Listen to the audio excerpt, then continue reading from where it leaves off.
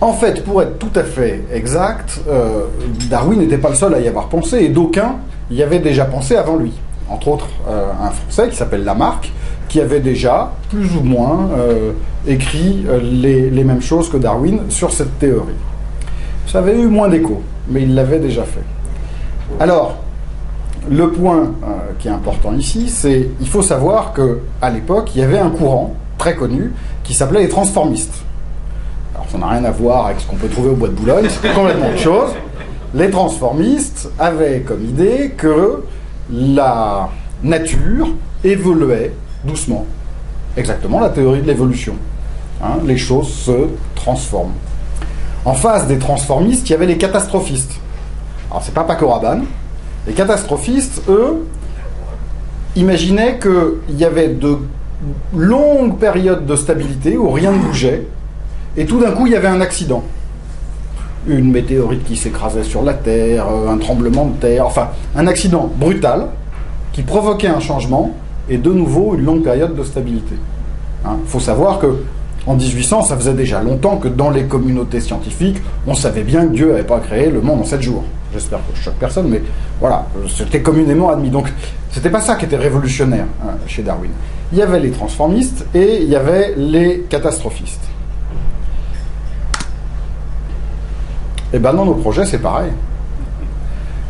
Très souvent, on nous pose la question en disant « Ouais, mais alors vos projets de CRM, ça peut être, c'est mis en marche, là, ça dure combien de temps un projet de CRM ?» Alors j'aime bien répondre en disant « Mais c'est jamais fini. » Ça choque un peu, ça fait un peu peur, mais c'est vrai, c'est jamais fini.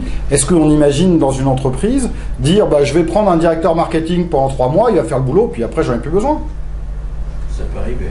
On le remplace. Bon. Évidemment, l'entreprise, elle doit s'adapter en permanence. Donc, il n'est pas déraisonnable d'imaginer que ce qui va servir de support réellement à sa stratégie, le logiciel de relation client, ben, il faut bien imaginer qu'en permanence, il doit évoluer.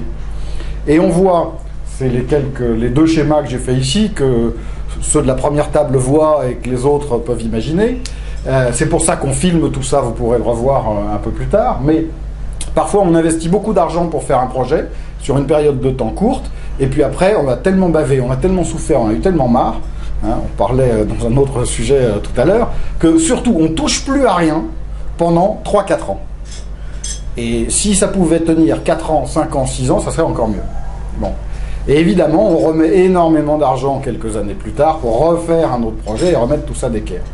On s'aperçoit qu'en donnant une impulsion initiale au départ et en maintenant un niveau d'évolution permanent du système de relations clients, on a des choses qui sont beaucoup plus performantes et qui finissent par coûter beaucoup moins cher.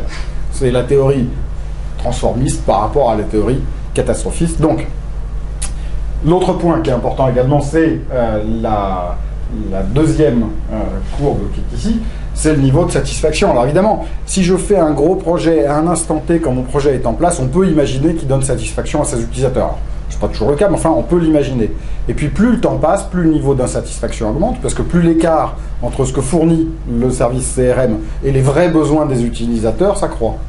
Avec un système de projet permanent, bon, eh ben, on répond peut-être un peu moins vite aux premières demandes des utilisateurs, mais on est plutôt dans une situation de convergence entre les besoins des utilisateurs de l'entreprise et son système. Donc la première idée que je vous propose, c'est de développer une vision, j'ai mis évolutionniste pour ne pas mettre transformiste, de la relation client. Deuxième chose, la démarche expérimentale. Vous voyez le fameux bateau que j'ai mis ici. La démarche expérimentale, elle est très importante. Souvent, on se limite dans les projets de relations clients aux utilisateurs d'un logiciel informatique. Bon, bah, c'est bien, c'est une première donne. Mais il y a énormément d'acteurs de l'entreprise ou d'acteurs partenaires de l'entreprise qu'il faut inclure, qu'il est très important d'inclure dans la relation client. On a des exemples où on a inclus dans le système de relations clients les livreurs. Le gars qui est au volant du camion, parce qu'il va voir les clients. Il sait les concurrents sur les plateformes logistiques. Il sait réellement quels sont les besoins du client. Il est, lui, toute la journée chez des clients. En général, lui, on ne lui demande jamais son avis dans un projet de relation client. La femme de chambre, ici aussi, elle est dans la chambre des clients. Elle sait quels sont leurs goûts, ce qu'ils attendent, ce qu'ils consomment. Là aussi, ce sont des informations parfois extrêmement intéressantes à récupérer. Donc développer une vision un peu plus large de la relation client et qui dépasse le simple cadre des utilisateurs d'un logiciel informatique, bah, c'est exactement le pendant de ce que je vous racontais tout à l'heure, hein, de développer une vision élargie et qui va permettre de concentrer l'ensemble des informations dans le système. L'information, elle est issue du terrain, elle retourne vers le terrain, et il faut en explorer l'ensemble des composantes. Comme je vous le disais tout à l'heure, les théories de l'évolution, les théories transformistes, c'était pas complètement nouveau. C'est pas ça qui a beaucoup choqué à l'époque. Ce qui a beaucoup choqué à l'époque, c'est la théorie de la sélection naturelle. Alors, qu'est-ce que c'est que ça ? On savait bien, ou on percevait bien, que si les girafes avaient des longs coups, c'était pour manger les feuilles des arbres qui étaient très hauts. Sauf qu'on imaginait que l'évolution avait un sens donné. C'est-à-dire que les girafes avaient un long cou pour pouvoir manger les feuilles qui étaient hautes. Ce que notre ami Darwin a dit, c'est de dire non, il y avait des girafes, et puis il y a eu des accidents.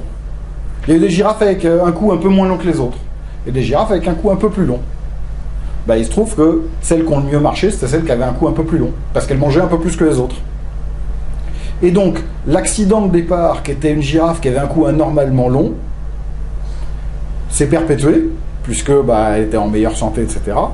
Et du coup, ce qui était un accident au départ est devenu la norme. Au fur et à mesure des générations, ça a pris du temps. Et ce que Darwin dit, c'est il dit il y a des accidents en permanence. Il n'y a pas de sens, il n'y a pas de chemin prédéterminé. Il n'y a pas, et c'est ça qui a beaucoup choqué, hein, le doigt divin qui fait évoluer les choses dans un sens établi. Non, c'est une série de hasards. Il y a des choses qui marchent, il y a des choses qui ne marchent pas. Les choses qui ne marchent pas sont abandonnées naturellement. Les choses qui marchent, les accidents qui marchent deviennent des normes. Et en permanence, il y a des accidents dans tous les sens. Et bien ça, c'est quelque chose que nous, surtout dans nos cultures latines, c'est un peu moins vrai dans le monde anglo-saxon, on a complètement oublié. Quand on fait une opération marketing, on bosse comme des fous, on mesure tous les paramètres, on veut absolument avoir un contrôle intégral, et on ne commence à lancer la première étape de la première opération que quand on est sûr, certain que ça va marcher. Et si ça ne marche pas, c'est catastrophique.